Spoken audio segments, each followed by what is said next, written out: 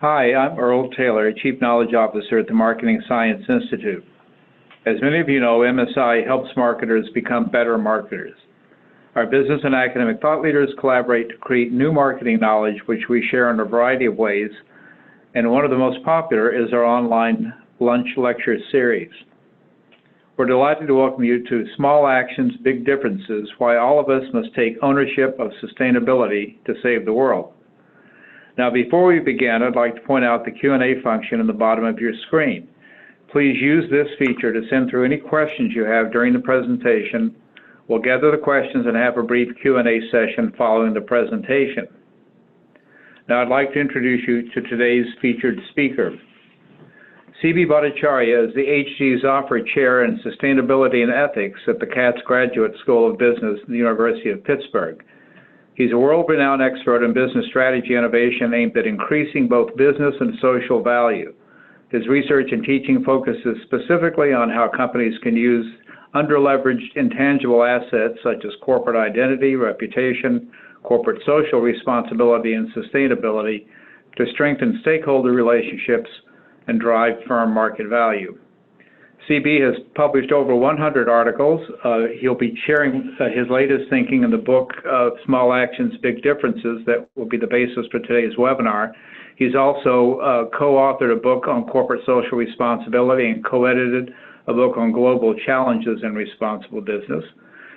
He's one of the few academics that have been named twice to Business Week's Outstanding Faculty list, and is one of the top-cited scholars in his field. CB owns a PhD in marketing from the Wharton School, and prior to his appointment at Pitt, he was at Boston University and Emory University, and he also served as a product manager at Reckitt Benckiser for several years, so he comes to us with both corporate as well as academic experience. He's consulted with many organizations, many of them MSI members, and he's been quoted widely in publications such as Business Week, Forbes, Financial Times, and The Economist. So again, we're delighted to have CB with us today to share his thoughts on how small actions can make big differences in sustainable business. CB? Thank you, Earl.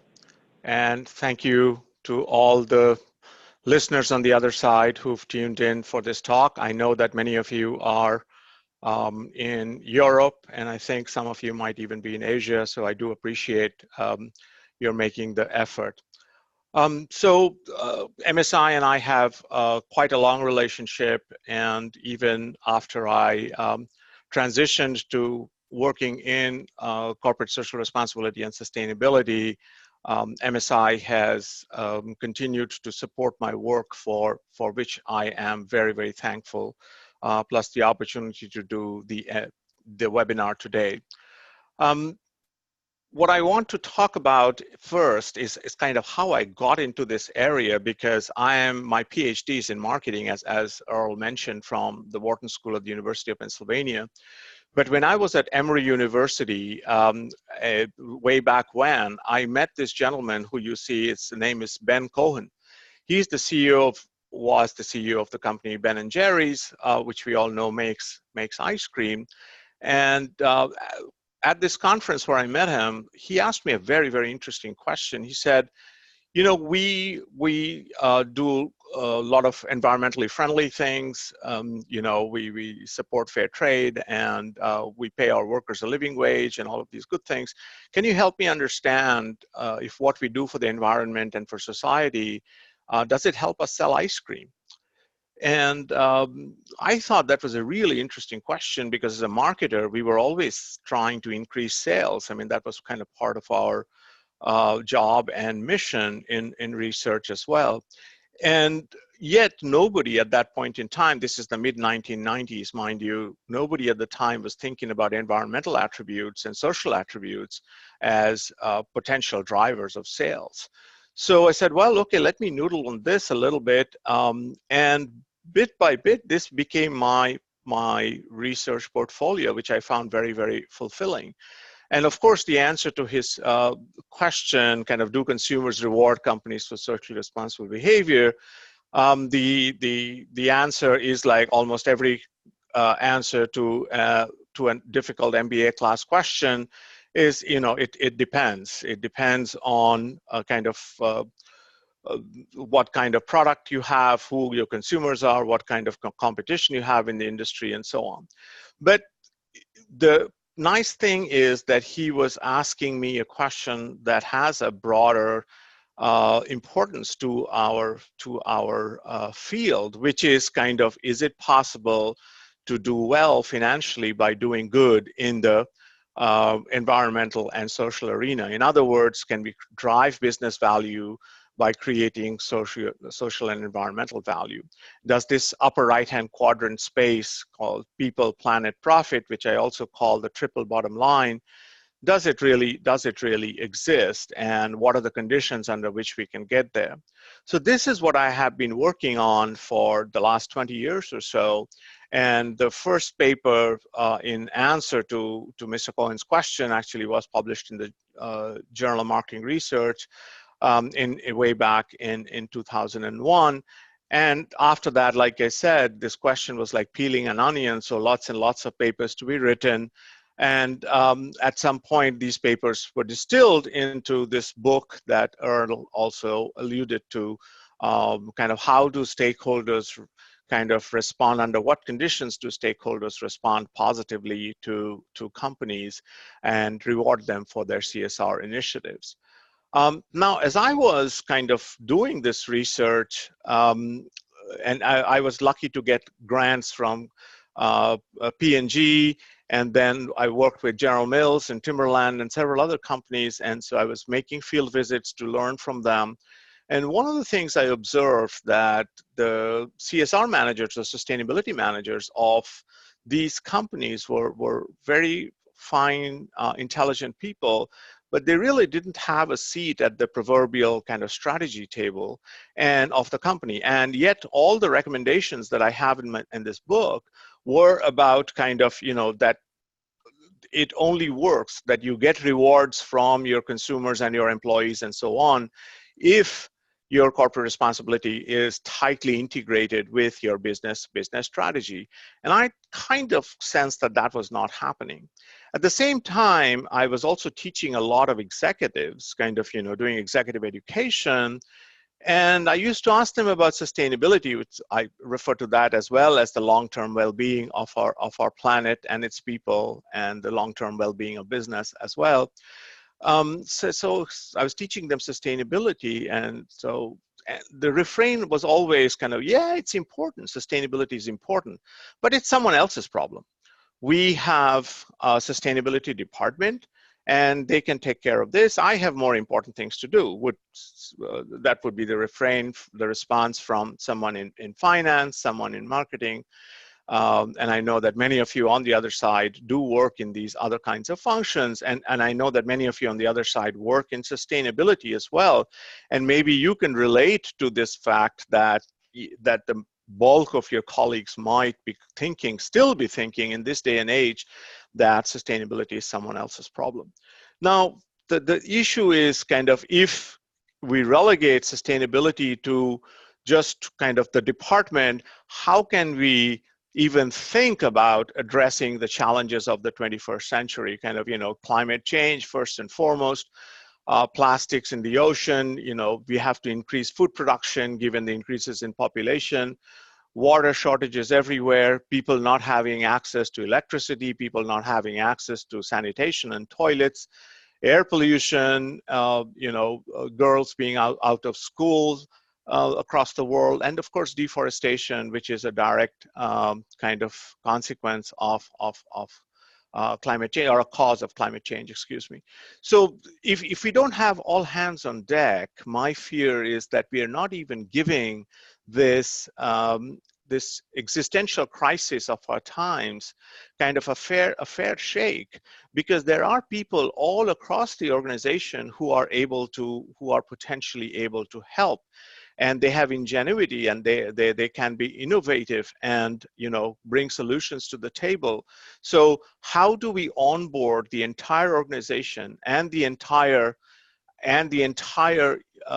stakeholder ecosystem of a company kind of into addressing sustainability? How do we embed sustainability into the corporate DNA is the question that I'm asking in this research and that I wanted to describe to you today. So I'll spend very little time talking about kind of why most companies fail to take ownership of sustainability and treat it as everybody's problem in the organization, and then kind of unfold a model where we'll see kind of what a company can do or should do to take ownership of sustainability so that it's not someone else's problem. So the first thing is kind of, what did I do to collect data for this research? And this is about a 5-year process, still publishing my book, which is also of the name Small Actions, Big Difference. And what I did for that was kind of, well over 100 interviews of CEOs, C-suite employees, senior managers, middle managers, and rank and file in the factories, and across a large number of organizations, because it is my belief that if we cannot convert the large corporations, who are the ones who have the biggest footprints, to embed sustainability in their DNA, then kind of not much is going to happen. And in this connection, I've also kind of visited not just headquarters, but as well kind of, branch offices and factories and mines and all over the world, from Chile to Madagascar, to London, to China, et cetera, et cetera. At the same time, I was teaching in Berlin for 8 years. And while I was at the European School of Management and Technology, I started a sustainable business roundtable with these kinds of large companies. And we would have 2 meetings a year. And I learned a lot from those meetings as well, kind of on what works and what doesn't work in this sphere.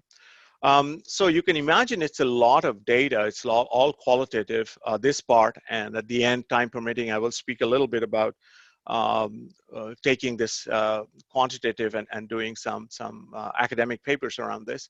But essentially, it's been kind of an iterative approach that goes back and forth between the data, and it's an inductive way, essentially, kind of to develop theory. And what I'm going to offer to you today is the theory that I have developed around this concept called sustainability ownership. And ownership, actually, which, as I will describe in the next slide, has a rich basis in the organizational behavior literature. And there is a concept called psychological ownership, which I think is a fairly powerful construct to apply to the context of sustainability, as we will see.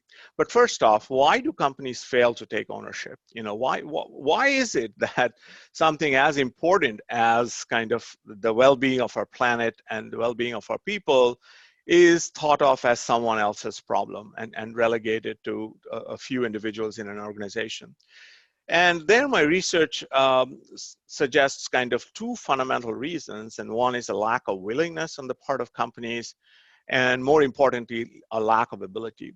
So the lack of willingness essentially stems from short-termism, or the fact that the CEOs who get paid in stock options and whose tenures typically tend to be 4 years or less, they think, well, maybe the next person can take care of this, and I'll just maximize shareholder value during my tenure, and that's gonna do good by me, and that's that.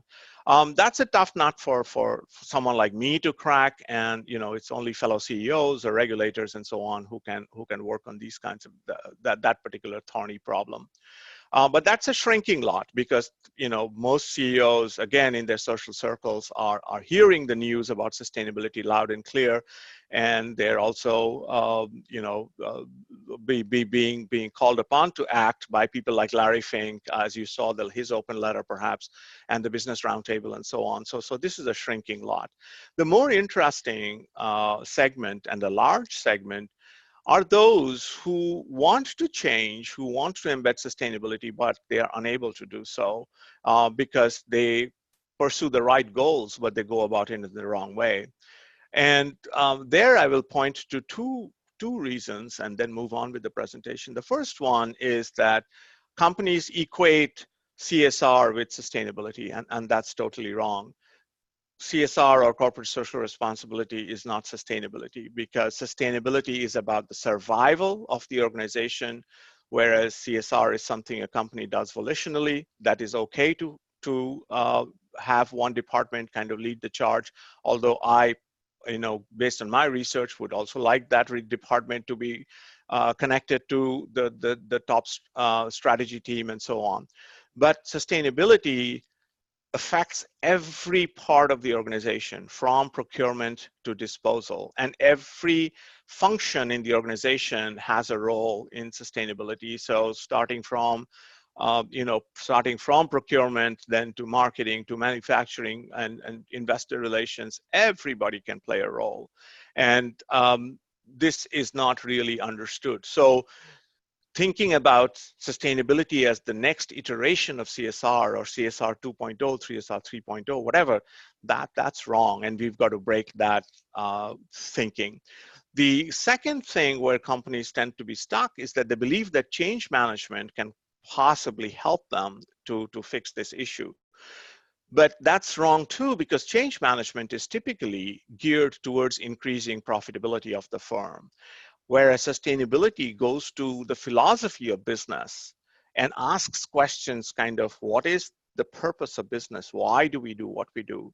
And traditional change management teams don't ask these kinds of questions. So there is kind of a disconnect there as well. So once kind of firms are ready to say, well, sustainability is a new kind of beast that impacts everybody in the organization and that everybody in the organization can contribute to. It is not a drag on profits, which is another refrain that comes up all the time. Well, this is going to eat up. There's plenty of research today to show that sustainability and profitability actually go hand in hand in the long run. Sure, you will sacrifice something in the short run, but that's an investment. And there are several companies such as Unilever and others who I will mention later on in the presentation, who are excellent case studies to show that sustainability and profitability go very much hand in hand. So the ability part is the one I want to focus on more kind of, okay, if you're willing to change, let's see how we can actually develop a series of steps or framework that you can use. I alluded to ownership, the idea of owning sustainability, which is something I actually saw firsthand in the best-in-class companies that I studied. And they're Unilever, Marks and Spencer's, an electric utility company called Enel, IBM, BASF, a chemical company that you would not think of as doing sustainable things, but they are. And so in these companies, what I observed is that when there is sustainability ownership, by the employees of the organization. And then looking at the literature, we see that kind of ownership is a powerful construct, and it refers to feelings of possessiveness, of connection towards an appealing object, or even an idea, and that's where we come in. And so the idea of sustainability, the idea of kind of taking ownership for our planet, taking ownership for our people. It's entirely possible, and in fact, it's can be done quite successfully. Why? Well, ownership is part of the human condition. I mean, we are what we have. Jean-Paul Sartre said that many, many years ago. And marketing scholars will know that ownership is an extension of the self. I mean, there are research papers by Rusk Belk and others on how we like to extend the self, and our identity is an important part of who we are. So one can today kind of feel pride, take pride in being a sustainability owner. So it seemed like a pretty good construct to hang our hat on and try to find answers, kind of how do we develop this sense of ownership amongst employees and other stakeholders. And here's just a little bit of theory, and ownership essentially is driven by kind of three basic motivations. Our motivation, we have a motivation to feel competent and capable of affecting our environments, a motivation for, drive for efficacy. And their sustainability is good because sustainability, everybody can contribute to meaningful solutions with measurable effects. Even if you put off the lights in your room, or put off your computer when you leave your work, the effect is measurable, and you can actually take pride in the fact that you're doing something about it. If you recycle, it's the same thing. identity, we talked about that. So in today's day and age, the opportunity to express personal values and identities at work, I mean, is a very, very, important and crucial. And to say that, kind of part of my identity is around kind of being a sustainability owner and kind of, to work on this problem, that's a great thing. And people are yearning for this sense of meaning today. If you look at the literature on meaning and the popular press on how today there is a complete lack of meaning in the work sphere and millennials are looking for meaning, etc., sustainability is a great way to offer that sense of meaning and identity at work. And the third thing is the drive that we have is the drive for belonging. We want to be part of something that's bigger than ourselves. And here, working on sustainability, well, at least, I am part of this big fight. I mean, think of, if some of you have seen Game of Thrones, and the Night King is coming with his army of the dead, then we cannot stand back and be bystanders. I mean, everybody has to join in the fight. And honestly, as I was watching Game of Thrones, that fight reminded me of the fight against climate change that we are facing right now. Whether we believe it or not, it's actually coming, and it's rearing its head already. And so the ability to contribute, or the chance to contribute, makes us feel that we are kind of part of this bigger thing than just us or our companies and so on.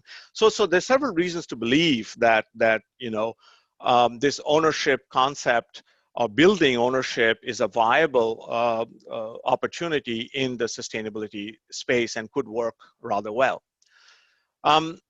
Based on all this data and the theory of psychological ownership, I've developed a model which I will unfold for you now. And the model basically has three phases. The first phase is is called incubate, which is kind of where typically the top leadership, the CEO and his top leadership team, would kind of define the purpose of the company and define some concrete sustainability goals that they want to address. The second phase is kind of when the company would launch its sustainability plan and lure employees, or entice employees, create motivation to get on board the good ship sustainability, and then enable or create ability, not just motivation. They will create ability, enable their employees and other stakeholders to work on sustainability issues. And then the last phase is called entrench, and entrench means to make routine. So how do we routinize sustainability behavior so that they just happen without thinking too much about it? And there I talk about 3 steps, kind of demystifying employees' contributions, enlivening our organizational culture, and then going to an idea of collective ownership. So expanding this idea of ownership beyond our company walls, and working with traditional competitors to kind of address these wicked problems. So I will kind of go through each of these, and if there are parts of the slides I'm not touching on, that's in the interest of time. But the whole idea is to get you excited to take a look at the book after this, and all of this is kind of elaborated on much more in the book. So step by step, and I will go through the steps fairly quickly, just give you an intuition, but leave you wanting for more. The first step is kind of to contour, or to define, or to outline the purpose of the company. And this is kind of the biggest step of all, and because without this, the model doesn't work. Every company in this day and age needs to have a purpose, which is basically answering the question, why do we do what we do? This is not our mission, this is not our vision, but this is the question of why do we do what we do? Why do we make food? Why, General Mills, are we there to sell food? Are we there to provide nutrition? Are we there for the sake of taste? Whatever it is, we have to define, and to say that our purpose is to make money, to maximize shareholder value, is so last century, right? And because now you've seen the calls by people like Larry Fink, who's actually I should say, for those of you who don't know, Larry Fink is the CEO of BlackRock, and lately, the last couple of days, he's been in the news for his open letter that he traditionally sends to CEOs in January. And last year already, he talked about that fact that every company should have a purpose. And then the Business Roundtable, 181 CEOs in the United States, signed a new statement in August of 2019, also saying that business has to go beyond shareholder value maximization to think about the well-being of all stakeholders, and amongst them, the environment being a very, very prime one. So the first step is to define this purpose. And in this connection, I want to show an interview, a short clip of a video that I made of an interview that I did with Paul Pullman, who was the CEO of Unilever. And I asked him this question, kind of, where does purpose fit into this whole sustainability journey? And let's listen to what he had to say. Well, it's totally driven by purpose, because it starts on a macro level with the overall firm belief that you are here to serve society, that you're not here for yourself or your shareholders. So the first thing I made very clear is that we focus on the citizens out there. We call them our consumers at that time still, but the citizens out there and our multiple stakeholders, our employees. And only by doing that well would our shareholders benefit. And we still have that in that credo that we created, which is the compass. We still have that ingrained as the first sentence on that. And that is now, after 6 years, well ingrained in the company. So your deeper purpose starts with serving others, working for the common good. And the more you give, it's the same with your families, your marriage, your friendships. The more you give, the better environment you create to receive as well and be successful. Firmly established, but then also whatever you do, firmly linked to our business model and the areas that we are in. So the second thing that purpose comes in is obviously is in our brands itself. So which is really the tool that we express our connection with the world, if you want to put it that way. So we have worked tremendously hard in each of the brands where we have a brand key that historically has been about performance. You might be there for hand washing in less time. We've now put a social purpose in all of it, which, for example, for Lifebuoy, for hand washing, is help a child reach the age of 5. Right. So there are a couple of things I want to point out from that interview, which I hope you were able to hear well. The first thing he says that our purpose starts with working for the common good, and only by doing that well will our shareholders benefit. So point number one to note is that profit is a consequence of value creation. And I cannot emphasize this enough to academics and practitioners. I mean, so it does not make sense to just try and maximize profits, but rather let's try to maximize the value that we provide to all our stakeholders, so employees, suppliers, community members, customers, of course, and then shareholders will follow. The second thing he says is that this purpose permeates into their brands, and that's a very important thing. So brand purpose has become a very hot topic today. Does your brand have a purpose? And he talked about Lifebuoy, which is actually an antibacterial soap that is sold in emerging countries. And in the case of Lifebuoy, it's like he mentioned that the positioning of Lifebuoy is help a child reach the age of 5, because there's infant mortality. Hand washing is not common, and they have to break that bad habit. They have to use this soap. Infant mortality is high in these countries, and so it has been shown that hand washing does reduce infant mortality. So the brand is positioned as kind of help a child reach the age of 5. Now, I have spoken to several Unilever employees in different parts of the world, and in factories and so on, including factory workers and so on, and they will tell you that they would rather save lives than make soap or sell soap. And you might think it's a trivial difference, but it actually is not. If you look at these people and the energy they bring to their work sphere every day, it's a very, very different energy when you feel that you're actually working on a social problem of some proportion, rather than trying to make money for a company. And this game can be played with every company, whatever business you're in. And, you know, so it's the first job is to sit down and define your purpose. After that, one has to think about, okay, so what is our sustainability mission? Kind of, you know, what kind of goals should we address? Because if everybody tries to do everything, then nothing gets done. And, you know, a cement company would have very, very different priorities from a financial services company.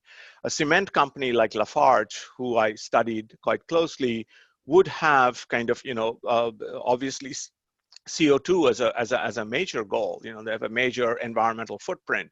For a financial services company like ING, who I also studied, cybersecurity is an important goal. And so one has to figure out kind of, okay, what are the three or four concrete things that we want to address? Concretizing makes it easier for employees to take ownership because they need to learn fewer things, and it's easier for them to internalize those fewer things. And so what we do technically is called a materiality analysis to figure out kind of, you know, which goals should we pursue, and the materiality analysis details you can look at the book. But what I learned, so one quick story, let's say Coca-Cola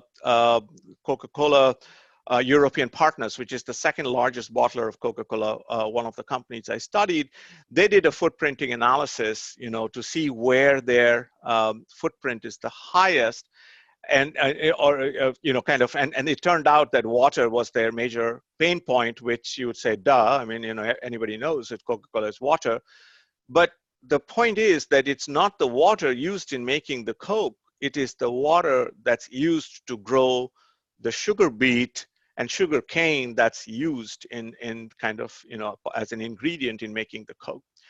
That's a big difference. And they wouldn't have known this had they not done that footprinting analysis across the entire value chain.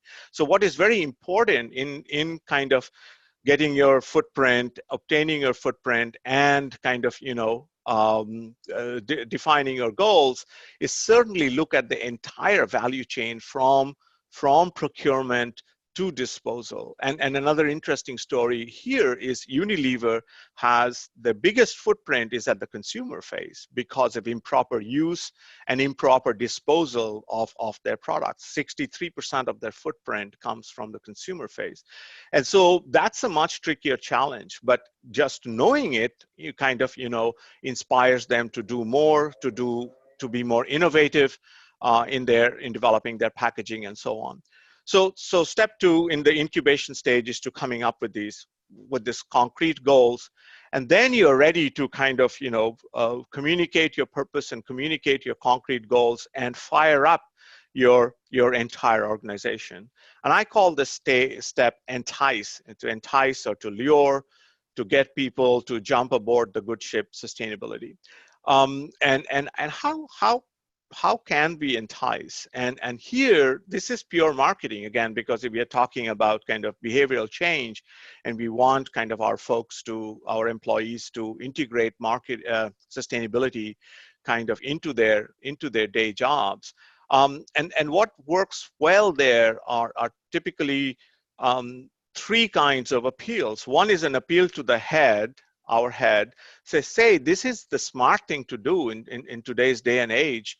Sustainability also makes money for us. And so I've spoken to Apple. Lisa Jackson, who's the head of sustainability at Apple, told me that, you know, one of the most fun parts of her job is to actually go to the business and tell them, look, if you revise this packaging, not only will you save on the metal that is used, which is a precious resource, but it will also save on the money. And line managers love to save that money. So appeals to the head, I mean, that really works with hard-nosed line managers who have targets, financial targets, and so on. But, you know, with several others, kind of appeals to the heart, kind of, hey, this is the right thing to do in today's day and age. I mean, look at what's happening to our planet. Right now, the last couple of days, you've probably seen that last year, 2019, was the hottest year, second hottest year on record. I mean, these kinds of things can be used. And so what are your children gonna do What are our children going to do? These kinds of appeals have also been used very successfully in certain companies. They have sent their employees to the front lines to see firsthand what's going on with regard to their suppliers or their customers, how they're using their products, and that changes minds in a hurry. Marks and Spencer's, this large retailer in the UK, they take their employees to beer pubs after work. I mean, it's part of the UK culture to hit a pub. And over a beer, you can talk about kind of the importance of sustainability. So companies have come up with a variety of ways, but keeping quiet is not one of them. You know, you really have to talk sincerely. And this is where the role of sustainability ambassadors is crucial, because you will always find, you know, about 20% of your organization who are ready, kind of, you know, who are absolutely chomping at the bits to join this voluntarily, to join this movement voluntarily, and to talk to their colleagues about kind of integrating sustainability. And it's very, very powerful to leverage these sustainability ambassadors to spread the word to the rest of the organization and make these arguments that kind of appeals to the head and the heart. And the third one which is very, very popular, is actually a hybrid appeal. So you appeal, well, not only is this the right thing to do, but it's also the smart thing to do. And several managers react well to that as well. But it's not enough to create motivation, right? I mean, we have to create ability, and ability is a different thing. I mean, sustainability is not volunteering, which somebody can do, go paint a classroom, and you know, and that's fine, counts as towards your CSR.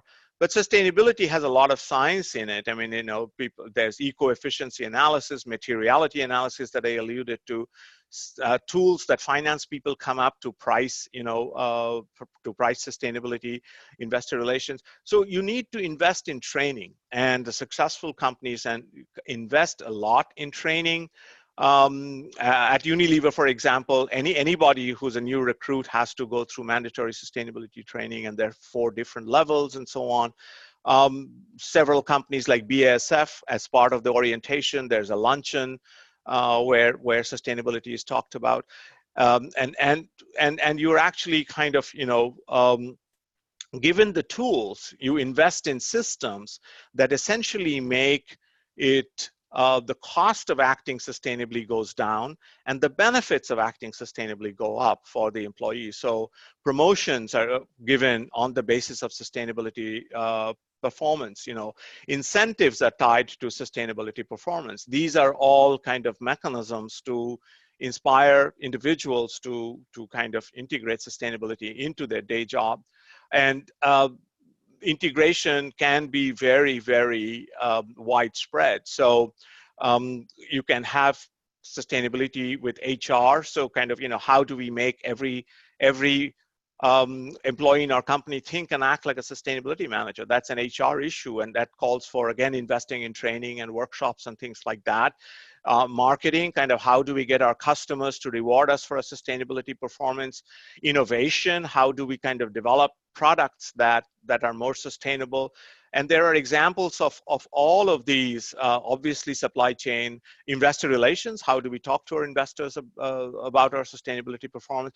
Everybody in the organization, from the mail room to the boardroom, has an opportunity to contribute to sustainability. All we need to do is to turn that lever, to turn that key, to turn them on to this job. And you will find in this day and age, not a whole lot of resistance, and in fact, a fair amount of enthusiasm to want to work. And you know, I interviewed the chief marketing officer of Unilever at the time, Keith Weed, who was also heading sustainability, and he told me that, you know, at Unilever, sustainability is everybody's job, no exceptions. And he said, as soon as you have one exception, everybody thinks they're the exception. So, you know, it's got to be everybody's job in the organization. So the launch phase essentially creates this motivation and this ability to work on sustainability problems, challenges, and opportunities. And that brings us to kind of the entrench phase, which I had said has 3 different steps.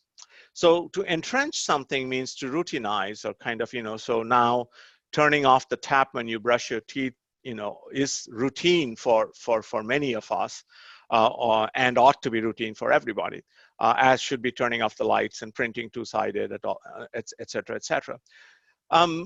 So how do we routinize this business of kind of integrating sustainability into our jobs? Well, the first thing you can do is to demystify progress, kind of, the progress that we are making on sustainability. And by demystify, I mean, make transparent to your stakeholders, starting with your employees, what is working and what is not working. Tell them how they've contributed to the sustainability goals of the company. So I have gone in several companies, when I've been to these factories, I've seen whiteboards, old-fashioned boards where you write with markers, but like a daily kind of an account of how much CO2 has been reduced. And there have been kind of friendly competitions, kind of which factory is doing the best job in this regard, and so on. Now that's very inspiring for the employees who are working in those factories, to actually know that they are able to make a difference, and that enables them to take ownership, that kind of inspires them to take more ownership of the problem. So I've seen dashboards, I have seen browser pop-ups. When you turn on your laptop, you can see kind of, a progress report on your water usage or what have you. Tickers going across the hallway showing what progress the company has made. So this, when someone knows that they are able to contribute something to the solution, they are inspired to do more, and that's the basis of ownership, to keep inspiring you to kind of do more for the thing that you've taken ownership. So this is going beyond producing a sustainability report, because that was the first thing I heard from many companies. Well, we have a sustainability. Well, sure you do, but first of all, who's reading that? And second of all, kind of, is this something that's happening at regular intervals and on a daily basis? No, it's not. But this, I want kind of demystifying, is kind of keeping that progress salient in everybody's mind. So talking about progress on an ongoing basis.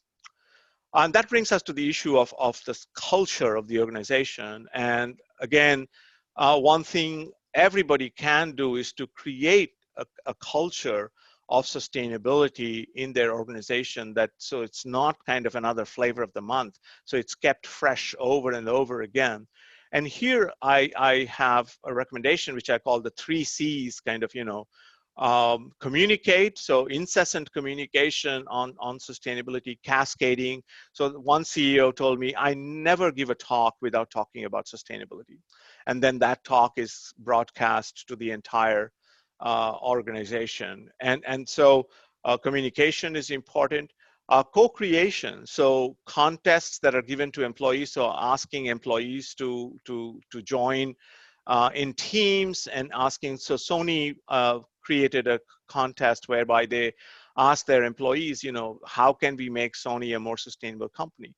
And believe it or not, they spent about $25 per employee on creating the contest. But the savings, that the ideas from that contest kind of, led to, those savings on average was $85 per employee. So it's a tremendous way to not only inspire your employees, but also to bring in the savings. And so that's the whole idea of kind of co-create. And then of course you can collaborate for others. So all of these kinds of things, celebrate. So companies have Oscar style red carpet events to give awards to those who have gone the extra mile to do something for sustainability. Companies also celebrate failure. So there's this company NL that celebrates failure, to showcase that it's okay to fail, and unless you fail, you're not trying hard enough. So there are various ways to create this culture of sustainability in the company and keep it fresh on an ongoing basis. And the last part is say this is not just about our company, but it's about our industry and about our planet, ultimately about our society, ultimately. So expand this idea of sustainability ownership. And this is critical for things like deforestation that one company cannot address.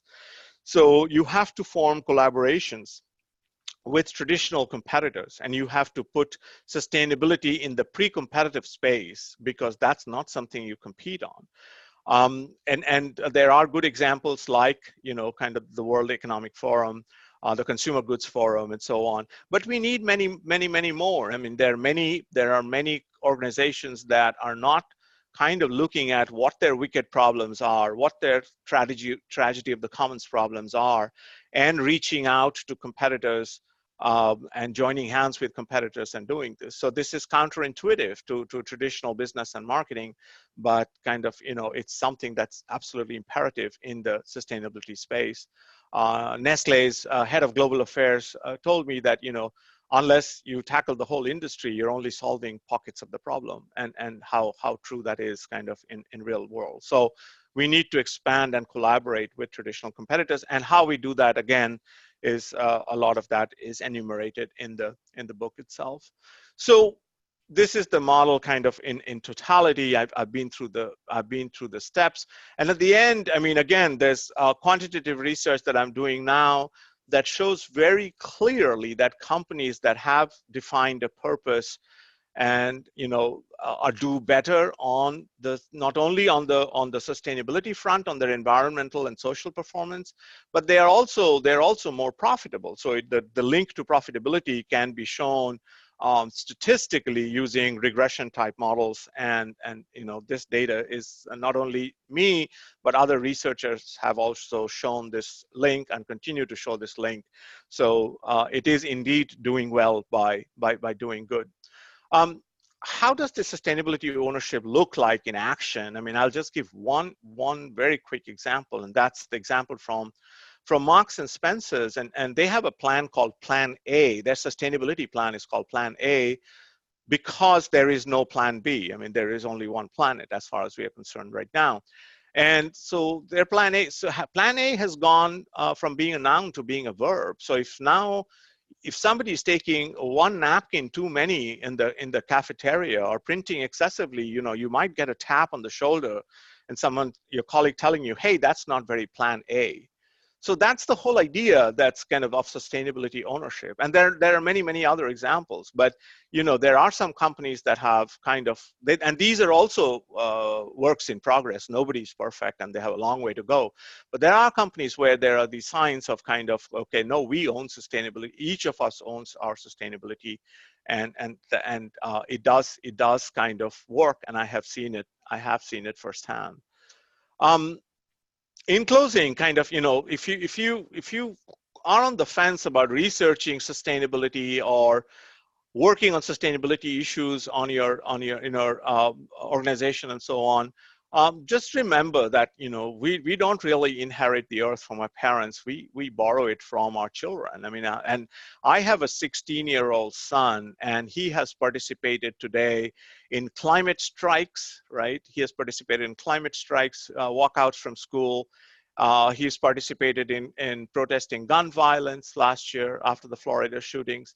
So what is it that we are doing, that our generation is doing, to protect the interests of the future generations? And that's the question that I want to leave you with, as I kind of present now the cover of my book, Small Actions, Big Difference.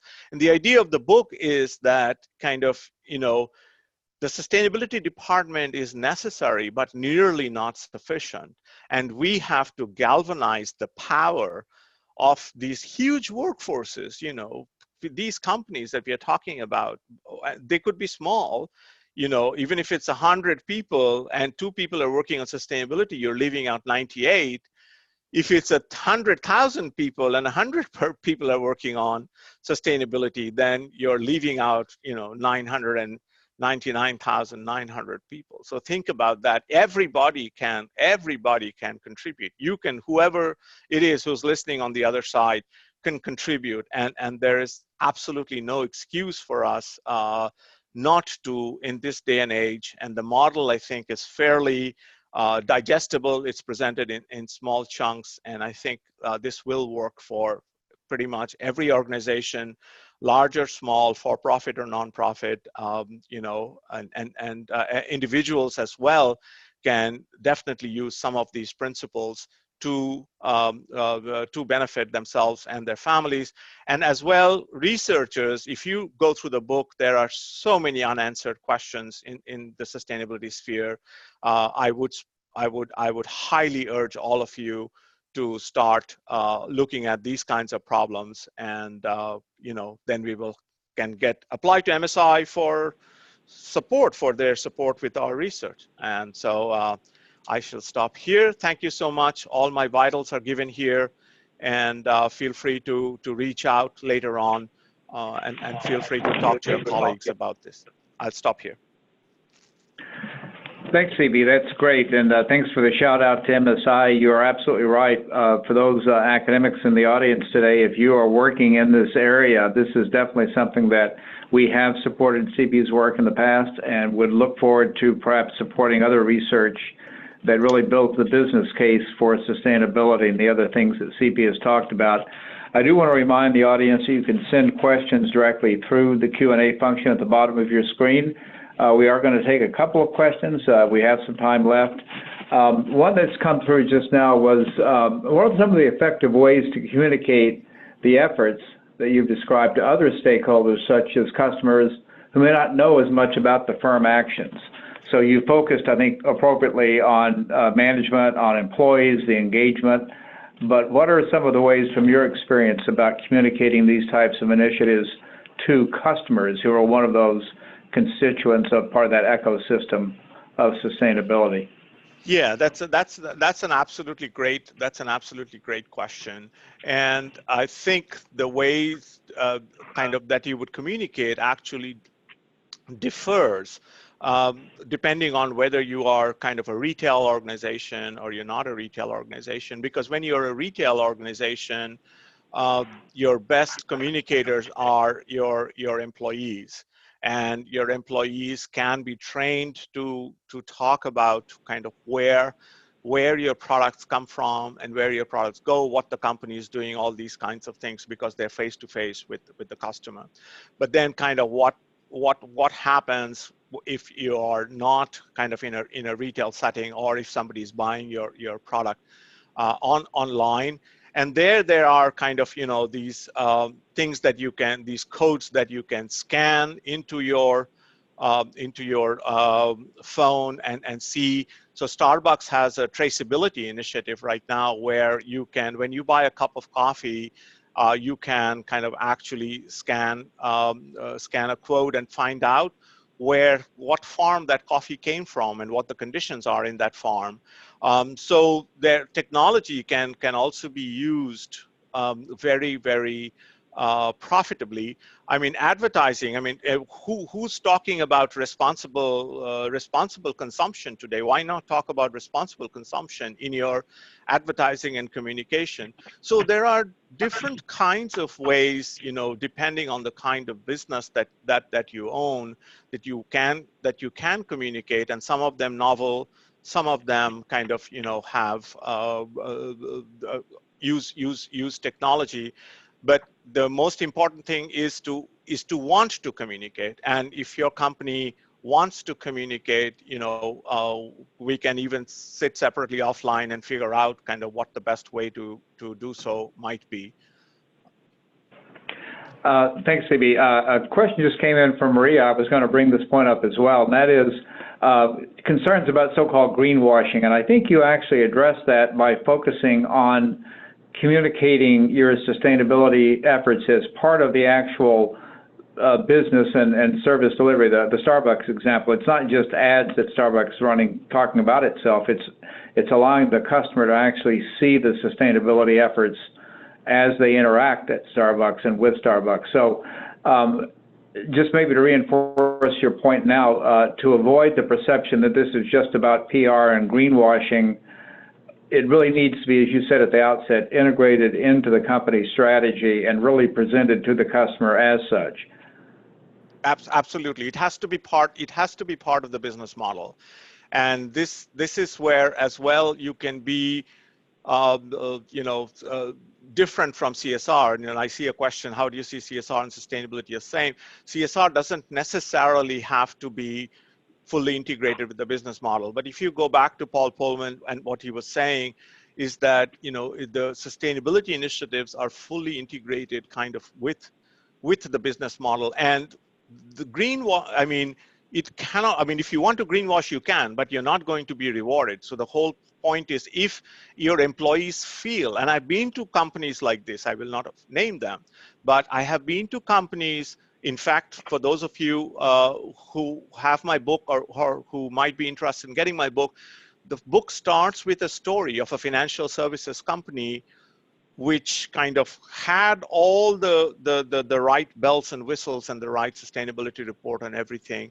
But if you went deep into the organization, you would realize that the employees are confused. There are too many messages. Nobody's really doing anything to help the company because the top brass is only talking and not doing anything about it.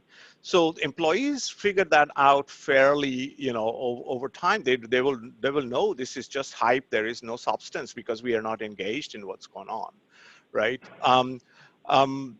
With customers, it's slightly longer. It'll take slightly longer for customers or investors, these kinds of people, to figure out, but they will figure out. So in this day and age, you have to point to the evidence.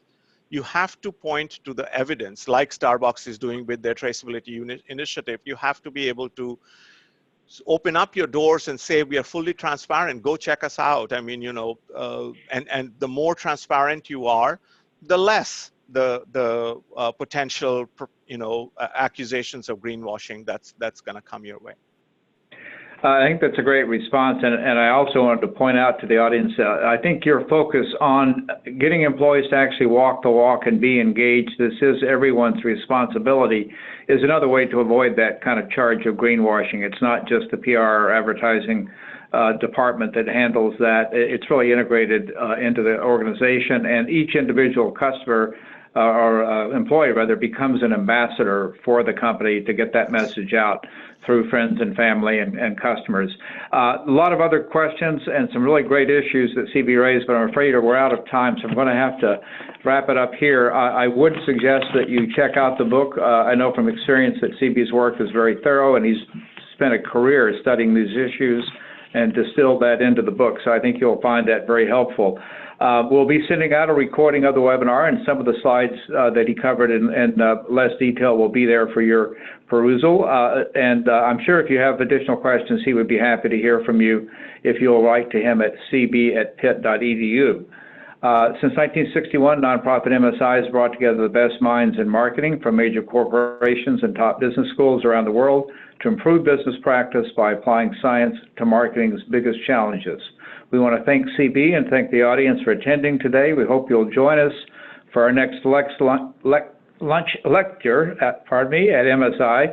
And you may also be interested in our next CB symposium, customer behavior that is, which is actually, coincidentally enough, going to be at CB's old stomping grounds at Boston University. So for those of you in the audience who are interested in consumer behavior more broadly and might want to join us for that this June, check out details at msi.org/CB2020. And again, thanks to CB Bhattacharya for sharing his thoughts today and to our audience. And we'll look forward to seeing you at our next lunch lecture.